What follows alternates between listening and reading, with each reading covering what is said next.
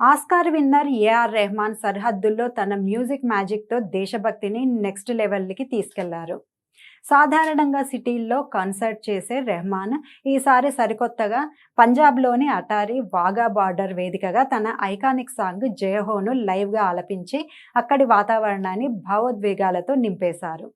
ఇంతియాజ్ అలీ దర్శకత్వంలో 1947 దేశ విభజన నేపథ్యంలో వస్తున్న మై వాపస్ ఆవుంగా సినిమా ప్రమోషన్స్లో భాగంగా ఈ ప్రత్యేక ఈవెంట్ను నిర్వహించారు. 60 ఏళ్లు పూర్తి చేసుకున్న బీఎస్ఎఫ్ జవాన్ల గౌరవార్థం జేసీపీ స్టేడియంలో జరిగిన ఈ కార్యక్రమంలో డైరెక్టర్ ఇంతియాజ్ అలీ, నటుడు వేదాంగరైన సింగర్ మోహిత్ చౌహాన్ పాల్గొన్నారు.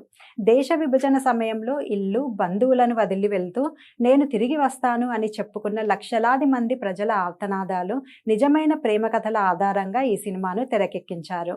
పంజాబ్లోని 14 జిల్లాల్లో షూటింగ్ జరుపుకున్న ఈ చిత్రంలో దిల్జీత్ దోసాంజ్, నసీరుద్దీన్ షా, శర్వరి కీలక పాత్రలు పోషించారు. జూన్ 12వ తేదీన థియేటర్లోకి వస్తున్న ఈ ఎమోషనల్ మూవీ ఏఆర్ రెహమాన్ అద్భుతమైన మ్యూజిక్తో ప్రేక్షకులను ఎలా ఆకట్టుకుంటుందో చూడాలి.